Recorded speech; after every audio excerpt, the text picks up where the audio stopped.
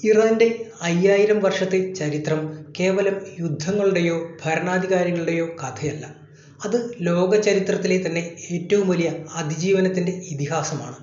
കൊടുങ്കാറ്റുകൾക്ക് മുന്നിൽ തളരാത്ത, തകർക്കാൻ വന്നവരെപ്പോലും സ്വന്തം സംസ്കാരത്തിന്റെ ഭാഗമാക്കി മാറ്റിയ ആ അത്ഭുതകരമായ യാത്രയെ മുടക്കാൻ അമേരിക്കയ്ക്ക് എന്നല്ല ഒരു ശക്തിക്കും സാധിക്കില്ല.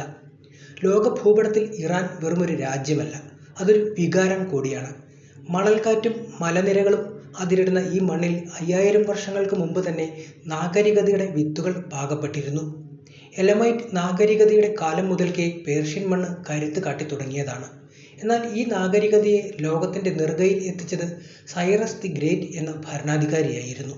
സൈറസ് സ്ഥാപിച്ച അക്കിമെനിഡ് സാമ്രാജ്യം ലോകം കണ്ട ആദ്യത്തെ യഥാർത്ഥ മഹാസാമ്രാജ്യമായിരുന്നു. അടിമത്തം നിരോധിച്ചും മതസ്വാതന്ത്ര്യം അനുവദിച്ചും സൈറസ് പുതിയൊരു മാതൃകയാണ് സൃഷ്ടിച്ചത്.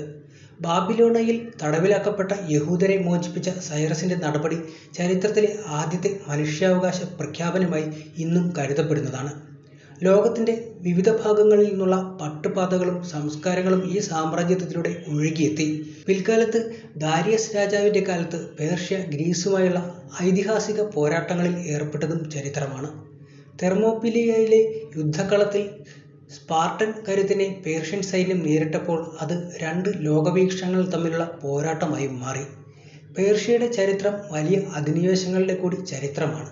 മാസിഡോണിയയിൽ നിന്ന് ഇടുത്തി പോലെ വന്ന അലക്സാണ്ടർ ചക്രവർത്തി പേർഷ്യൻ നഗരമായ പെർസെപോളിസ് അഗ്നിക്കിരയാക്കുകയുണ്ടായി.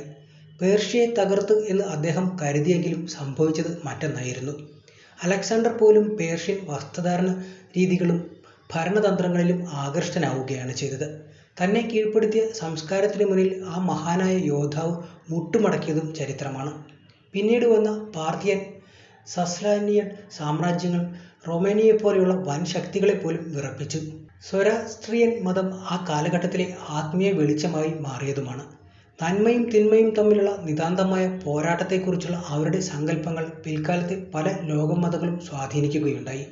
7-ാം നൂറ്റാണ്ടിൽ പേർഷ്യയിലേക്ക് ഇസ്ലാം എത്തിയപ്പോൾ ഒരു വലിയ മാറ്റത്തിനും തുടക്കമായി. അറബികൾ സൈനികമായി പേർഷ്യയെ കീഴടക്കിയെങ്കിലും പേർഷ്യൻ സംസ്കാരം അറബ് ലോകത്തെ ബുദ്ധിപരമായി കീഴടക്കുകയും ചെയ്തു. ഭരണനിർവഹണം, ശാസ്ത്രം, തത്വചിന്ത, വൈദ്യശാസ്ത്രം എന്നിവയിൽ പേർഷ്യൻ പണ്ഡിതന്മാർ പുതിയ ചക്രവാളങ്ങൾ തുറന്നിട്ടു നൽകി. പേർഷ്യൻ ഭാഷയും സാഹിത്യവും ഇസ്ലാമിക സുവർണകാലത്തിന്റെ നട്ടെല്ലായി മാറി. ഖയാമും റൂമിയും ഫാസിയും തങ്ങളുടെ കവിതകളിലൂടെ മനുഷ്യന്റെ ആത്മാവിനെ പേർഷ്യൻ ഭാഷയിൽ തളച്ചിടുകയും ചെയ്തിട്ടുണ്ട്. ചരിത്രത്തിലെ ഏറ്റവും ഭീകരമായ അധിനിവേശമായിരുന്നു ചെങ്കിസ് ഖാന്റെ മംഗോൾ സൈന്യം നടത്തിയത്. നഗരങ്ങൾ ചുട്ടരിക്കപ്പെട്ടു, ലക്ഷക്കണക്കിന് ആളുകൾ കൊല്ലപ്പെട്ടു. എന്നാൽ മംഗോളിയരും പേർഷ്യൻ സംസ്കാരത്തിന് മുന്നിൽ അലിഞ്ഞു പോകുന്ന കാഴ്ചയായിരുന്നു. അവർ എല്ലാം ഇസ്ലാം മതം സ്വീകരിക്കുകയും പേർഷ്യൻ കലകളുടെയും വാസ്തുവിദ്യയുടെയും പ്രോത്സാഹകരായി മാറുകയും ചെയ്തിരുന്നു. 16-ാം നൂറ്റാണ്ടിൽ സഫാവിഡ് വംശം അധികാരത്തിൽ വന്നതോടെ ആധുനിക ഇറാന്റെ അടിത്തറ പാകപ്പെട്ടു. ഇസ്ഫഹാൻ നഗരം ലോകത്തിന്റെ പകുതി എന്ന് വിശേഷിക്കപ്പെടുകയും ചെയ്തു. അവിടുത്തെ പള്ളികളും കൊട്ടാരങ്ങളും പേർഷ്യൻ കലാചാതുര്യയുടെ ഉച്ചകോടിയിലായിരുന്നു. പരവതാനി നെയ്ത്ത് മുതൽ മിനിയേച്ചർ പെയിന്റിംഗ് വരെ ലോകമെമ്പാടും പ്രശസ്തി നേടി. 20-ാം നൂറ്റാണ്ടിന്റെ രാഷ്ട്രീയ മാറ്റങ്ങൾ ഇറാനെ മറ്റൊരു ദിശയിലേക്കും നയിച്ചിട്ടുണ്ട്. രാജഭരണത്തിൽ നിന്ന് ഇസ്ലാമിക് റിപ്പബ്ലിക്കിലേക്കുള്ള മാറ്റം ലോകം ഉറ്റുനോക്കിയിരുന്നു. ഉപരോധങ്ങൾക്കും വെല്ലുവിളികൾക്കും ഇടയിലും തങ്ങളുടെ പൈതൃകത്തെ മുറുകെ പിടിച്ചുകൊണ്ടാണ് ഇറാൻ ഇന്നും നിലകൊള്ളുന്നത്. അലക്സാണ്ടർ മുതൽ മംഗോളിയർ വരെ ഇറാന്റെ മണ്ണിൽ വന്നവർക്കെല്ലാം ഒരു കാര്യം ബോധ്യപ്പെട്ടു: ഈ സംസ്കാരത്തെ കൊന്നു തീർക്കാനാവില്ല. പേർഷ്യ ഒരു വറ്റാത്ത ഉറവ പോലെയാണ്. എത്രയൊക്കെയോ തടയാൻ ശ്രമിച്ചാലും അത് പുതിയ വഴികൾ കണ്ടെത്തും. തങ്ങളെ കീഴടക്കാൻ വരുന്നവരെ സ്വന്തം സംസ്കാരത്തിലേക്ക് സ്വാംശീകരിച്ചെടുക്കുവാനുള്ള പേർഷ്യയുടെ ആ ആന്തരിക കരുത്താണ് 5000 വർഷങ്ങൾക്കിപ്പുറവും ആ നാഗരികതയെ ലോകത്തിനുള്ളിൽ വിസ്മയമായി നിലനിർത്തുന്നത്. സൂര്യനസ്തമിക്കാത്ത സാമ്രാജ്യങ്ങൾ പലതും മണ്ണടിഞ്ഞപ്പോഴും പേർഷ്യൻ സംസ്കാരം ഇന്നും സിരകളിൽ കവിതയായും കലയായും രാഷ്ട്രീയമായും ഒഴുകിക്കൊണ്ടിരിക്കുന്നു. അത് ചരിത്രമല്ല, അതൊരു തുടർച്ച കൂടിയാണ്. എന്നാൽ ഇന്ന് കടുത്ത പകയാണ് ഇറാനും ഇസ്രായേലും തമ്മിൽ നടന്നുകൊണ്ടിരിക്കുന്നത്. പലസ്തീൻ വിഷയവും ഗാസയുമാണ് അതിൻ്റെ ആണിക്കല്ലെന്ന് കരുതുമ്പോഴും ഇരു രാജ്യങ്ങളും സൗഹൃദം ആസ്വദിച്ചിരുന്ന, പരസ്പരം കൊടുക്കൽ വാങ്ങലുകൾ നടത്തിയിരുന്ന ഊഷ്മള കാലവും ഉണ്ടായിരുന്നു. ഇറാനും ഇസ്രായേലിനും തമ്മിൽ മറ്റെല്ലാ അറബ് രാജ്യങ്ങളും ഇസ്രായേലിനോട് മുഖം തിരിച്ചു നിന്നപ്പോൾ ഇസ്ലാമിക ഭൂരിപക്ഷ രാജ്യങ്ങളായിരുന്ന ഇറാനും തുർക്കിയും ആ രാജ്യവുമായി ഉറ്റ ചങ്ങാത്തം സൂക്ഷിച്ചിരുന്നുവെന്ന് അറിഞ്ഞാൽ ആശ്ചര്യം തോന്നിപ്പോകും. എല്ലാ കാലവും എല്ലാം ഒരേപോലെയാകില്ല എന്നതിന് നേർസാക്ഷ്യമാണ് ഇന്ന് കാണുന്ന ഇറാൻ ഇസ്രായേൽ ശത്രുത. ഇന്ന് ഇസ്രായേലിനെതിരെ പരിധിവിട്ട് ശബ്ദമുയർത്താൻ മറ്റ് അറബ് രാജ്യങ്ങളെല്ലാം തയ്യാറാവാതിരിക്കുമ്പോൾ ആയുധം കൊണ്ടും വാക്കുകൊണ്ടും കടുത്ത പ്രതികരണമാണ് ഇറാൻ നടത്തുന്നത്. 1948 ജൂതന്മാർ ഇസ്രായേൽ രാഷ്ട്രമുണ്ടാക്കി സ്വയം സ്വാതന്ത്ര്യം പ്രഖ്യാപിച്ചു. ജൂത അധിനിവേശത്തിനെതിരെ അറബ് രാജ്യങ്ങൾ ഇസ്രായേലിന് നേരെ യുദ്ധത്തിനിറങ്ങി. എന്നാൽ അന്ന് ഇറാനുമായി ശത്രുതയിലല്ലായിരുന്ന ഇറാനിലെ ഭരണക്രമം മാറിമറിഞ്ഞതോടെ ഇരു രാജ്യങ്ങളും തമ്മിലുള്ള ബന്ധത്തിൻ്റെ സ്വഭാവവും മാറി.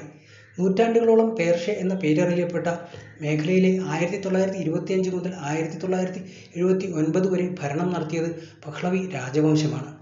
ആദ്യ ഭരണാധികാരിയായ റൈസ ഷാ 1935 രാജ്യത്തിൻ്റെ പേര് ഇറാൻ എന്നാക്കി മാറ്റുകയും ചെയ്തിരുന്നു. രണ്ടാം ലോക മഹായുദ്ധ സമയത്ത് ഇറാനിൽ ആംഗ്ലോ സോവിയറ്റ് അധിനിവേശവുമുണ്ടായി. റസാ ഷായുടെ അധികാരം നഷ്ടപ്പെടുത്തുന്നതിലാണ് ഇത് കലാശിച്ചത്. തുടർന്ന് റസാ ഷായുടെ മകനും പഹ്ലവി രാജഭരണത്തിലെ അവസാന ഭരണാധികാരിയുമായിരുന്ന മുഹമ്മദ് റസ പഹ്ലവി 1941 അധികാരത്തിൽ വന്നു. ഭരണ സംവിധാനത്തിൽ വലിയ മാറ്റമുണ്ടായി. സർക്കാരിൽ ഷായ്ക്ക് കീഴിൽ പ്രധാനമന്ത്രിയുമുണ്ടായി. മുഹമ്മദ് മൊസാഗെദ് ആയിരുന്നു അന്ന് പ്രധാനമന്ത്രി. മുഹമ്മദ് മൊസാഗെദ് രാജ്യത്തെ എണ്ണ വ്യവസായത്തെ ദേശസാൽക്കരിക്കുകയും ചെയ്തു. ഇത് ബ്രിട്ടനെയും US-നെയും ചൊടിപ്പിച്ച സംഭവം കൂടിയായിരുന്നു. മൊസാഗെദിനുള്ള പിന്തുണ ഷായെയും ചൊടിപ്പിച്ചിരുന്നു.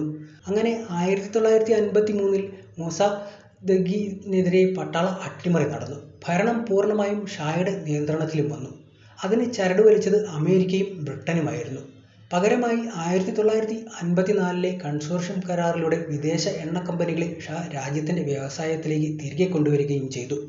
പടിഞ്ഞാറൻ ശക്തികളുടെ പിന്തുണയുള്ള സ്വേച്ഛാധിപത്യ സ്വഭാവമുള്ള ഭരണമാണ് പിന്നീട് ഷാ കാഴ്ചവെച്ചത്. അക്കാലത്ത് ഇസ്രായേൽ കഴിഞ്ഞാൽ ഏറ്റവും അധികം ജൂതരുള്ളതും ഇറാനിലായിരുന്നു. തുടക്കത്തിൽ ഇസ്രായേലിനെ അംഗീകരിക്കാതിരുന്നുവെങ്കിലും പിന്നീട് പ്രായോഗിക ഭൗമരാഷ്ട്രീയവും നയതന്ത്ര താൽപ്പര്യങ്ങളും ഇരു രാജ്യങ്ങളെയും പരസ്പരം അടുപ്പിച്ചു. പിന്നാലെ 1950 ഇസ്രായേലിനെ പരമാധികാര രാഷ്ട്രമായി അംഗീകരിക്കുന്ന രണ്ടാമത്തെ മുസ്ലിം ഭൂരിപക്ഷ രാജ്യമായി ഇറാൻ മാറുകയും ചെയ്തിരുന്നു. ആദ്യത്തെ രാജ്യം തുർക്കിയായിരുന്നു. അവരുമായി ഇറാൻ നയതന്ത്ര ബന്ധം മെച്ചപ്പെടുത്തുകയും ചെയ്തു. അറബ് രാജ്യങ്ങളെ ചെറുക്കാൻ ഇസ്രായേലിന് ഇറാൻ്റെ കൂട്ട് സഹായകമാവുകയും ചെയ്തിരുന്നതാണ്. അറബ് രാജ്യങ്ങളുടെ സാമ്പത്തിക ഉപരോധത്തിനിടയിലും ഇറാൻ ഇസ്രായേലിന് എണ്ണ വിൽക്കുകയും ചെയ്തിട്ടുണ്ട്. ഇസ്രായേലിൻ്റെ ദേശീയ സുരക്ഷാ ഏജൻസിയായ മൊസാദ് ഇറാനിലെ ഷായുടെ രഹസ്യ പോലീസ് സേനയായ സവാക് രൂപീകരിക്കാൻ സഹായിക്കുകയും ചെയ്തിരുന്നു. സേനയ്ക്ക് ആവശ്യമായ പരിശീലനവും നൽകി. ഇരു രാജ്യങ്ങൾക്കും US-ൻ്റെ പിന്തുണയുണ്ടായിരുന്നു എന്നതാണ് മറ്റൊരു വാസ്തവം. ഇറാൻ്റെ തലസ്ഥാനമായ ടെഹ്റാനിൽ ഇസ്രായേലും എംബസി തുറന്നു. 1970കളിൽ ഇരു രാജ്യങ്ങളും അംബാസഡർമാരെ കൈമാറുകയും ചെയ്തിരുന്നു. വ്യാപാര ബന്ധം അഭിവൃദ്ധിപ്പെട്ടു. സൈനിക സുരക്ഷാ സഹകരണം ഇരു രാജ്യങ്ങൾക്കിടയിലും ഉണ്ടായി. ആയുധങ്ങൾക്കും സാങ്കേതിക വിദ്യകൾക്കും കാർഷിക ഉൽപ്പന്നങ്ങൾക്കും പകരമായി ഇറാനിൽ നിന്ന് എണ്ണയുടെ 40% ഇസ്രായേൽ ഇറക്കുമതിയും ചെയ്തു. ഇങ്ങനെ സൗഹൃദം നാൾക്കുനാൾ അഭിവൃദ്ധിപ്പെടുന്നതിനിടെ രാജ്യത്ത് ഇസ്രായേൽ വിരുദ്ധ വികാരം ശക്തിപ്പെടുന്നുണ്ടായിരുന്നു. ഇറാനിൽ പല കോണുകളിൽ നിന്നും ഇസ്രായേലുമായുള്ള സൗഹൃദത്തിൽ എതിർപ്പുയർന്നു വന്നു. പലസ്തീനികളോടുള്ള അനുഭാവം ശക്തിപ്പെട്ടതാണ് ഇതിന് കാരണം. പലസ്തീനികൾക്ക് വേണ്ടി രാജ്യത്ത് ഫണ്ട് സമാഹരണം നടക്കുന്നുണ്ടായിരുന്നു. എന്നാൽ 1970കളോടെ ഭരണകൂടം അതിനെ അടിച്ചമർത്താൻ ശ്രമിക്കുകയും ചെയ്തു. ഷായുടെ സ്വേച്ഛാധിപത്യ ഭരണവും സ്വാതന്ത്ര്യമില്ലാത്തതും ഭരണത്തിൽ പങ്കാളിത്തമില്ലാത്തതും ഇറാനിൽ അതൃപ്തി വളർത്തുകയും ചെയ്തു. മാത്രമല്ല രാജ്യത്ത് പാശ്ചാത്യ സംസ്കാരം അടിച്ചേൽപ്പിക്കുന്നുവെന്ന് യാഥാസ്ഥിതികർക്കിടയിൽ വികാരവുമുണ്ടായി. ഇതെല്ലാം ഒത്തുചേർന്നതോടെ 1979 അതൊരു ജനകീയ പ്രക്ഷോഭമായി വളർന്നു. 1979 ഇസ്ലാമിക വിപ്ലവത്തിന് ശേഷമാണ് കാര്യങ്ങളെല്ലാം മാറിമറിഞ്ഞത്. ഷായെ അട്ടിമറിച്ച് മതഭരണകൂടം ഇറാനിൽ അധികാരത്തിലെത്തി. അയത്തുള്ള റൂഹുള്ള ഖമേനിയുടെ നേതൃത്വത്തിൽ വന്ന ഭരണകൂടം അതുവരെ ഇറാൻ പിന്തുടർന്ന ഇസ്രായേൽ സൗഹൃദ ആശയങ്ങളെ ഉപേക്ഷിക്കുകയും ചെയ്തു. ഇസ്രായേലിനെ ചെറിയ സാത്താനെന്നും US-നെ വലിയ സാത്താനെന്നുമാണ് അക്കാലത്ത് റൂഹുള്ള ഖമേനി വിശേഷിപ്പിച്ചിരുന്നത്. ഇറാനിലെ മതഭരണകൂടത്തെ അംഗീകരിക്കാൻ ഇസ്രായേലും തയ്യാറായിരുന്നില്ല. ഇറാൻ ഇസ്രായേലുമായുള്ള എല്ലാ ബന്ധങ്ങളും മുറിച്ച് ഇസ്രായേലി എംബസി പലസ്തീനി എംബസിയാക്കി മാറ്റുകയും ചെയ്തു. ഇതിനിടെ പശ്ചിമേഷ്യയിൽ സ്വന്തം സ്വാധീനം വർദ്ധിപ്പിക്കുവാനും ഷിയ സ്വത്വത്തെ ഉയർത്തിപ്പിടിച്ച് മേഖലയിൽ മറ്റൊരു സ്വാധീന ശക്തിയായി വളരുവാനും ഇറാനിലെ പുതിയ ഭരണകൂടം തന്ത്രങ്ങളൊരുക്കി.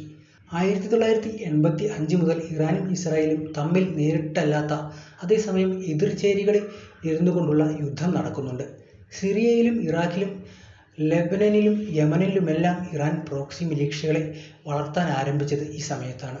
വലിയ ഫണ്ട് തന്നെ ഇതിനുവേണ്ടി മാറ്റിവെക്കപ്പെട്ടു.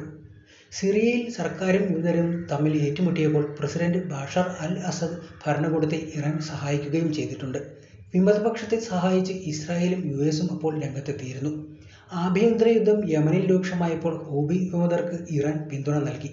ഔദ്യോഗിക സർക്കാരിനെ പിന്തുണച്ച സൗദിയുടെ നേതൃത്വത്തിലുള്ള സഖ്യത്തിൽ ഇസ്രായേലും ചേർന്നു. ഇതോടെ പശ്ചിമേഷ്യയിൽ പുതിയ യുദ്ധക്രമം രൂപപ്പെടുകയാണ് ചെയ്തത്. അതിനുള്ള തുടർച്ചയാണ് ഇന്നും കണ്ടുകൊണ്ടിരിക്കുന്നത്.